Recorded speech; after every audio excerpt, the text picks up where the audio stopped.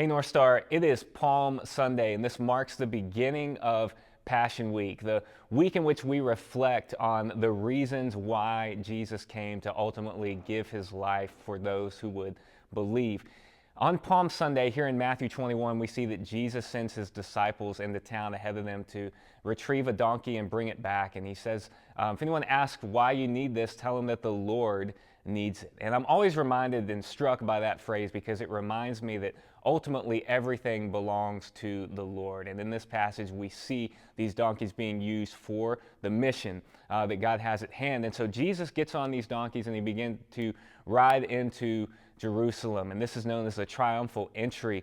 And this is the moment in which we've been waiting for. This is what was predicted in Zechariah chapter 9, that the Messiah would enter in on a donkey, and the crowd begins to throw palm branches down and make the way for him and worship him as he enters.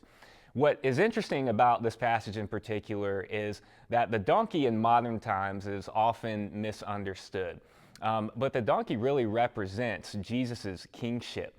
And it's important to note that in the Old Testament, there are certain attributes or certain decisions that only a king could do. One of those things was that a king could provide release from slaves and from debts. And here we see Jesus entering Jerusalem as a king, and he's going to provide release of slavery and debt, but not in the physical sense, in the spiritual sense. Jesus is the king that will provide believers with release from the burden and curse and penalty of sin and bring us into freedom.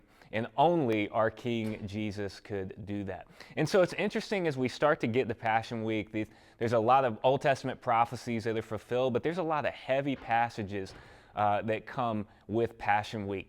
And in a kind of this weird way, these heavy passages bring us comfort and bring us hope. Because as Jesus enters into Jerusalem, as he's nearing the end of his earthly life, this is good news for you and I. This is the moment in which he came for to ultimately give his life for us.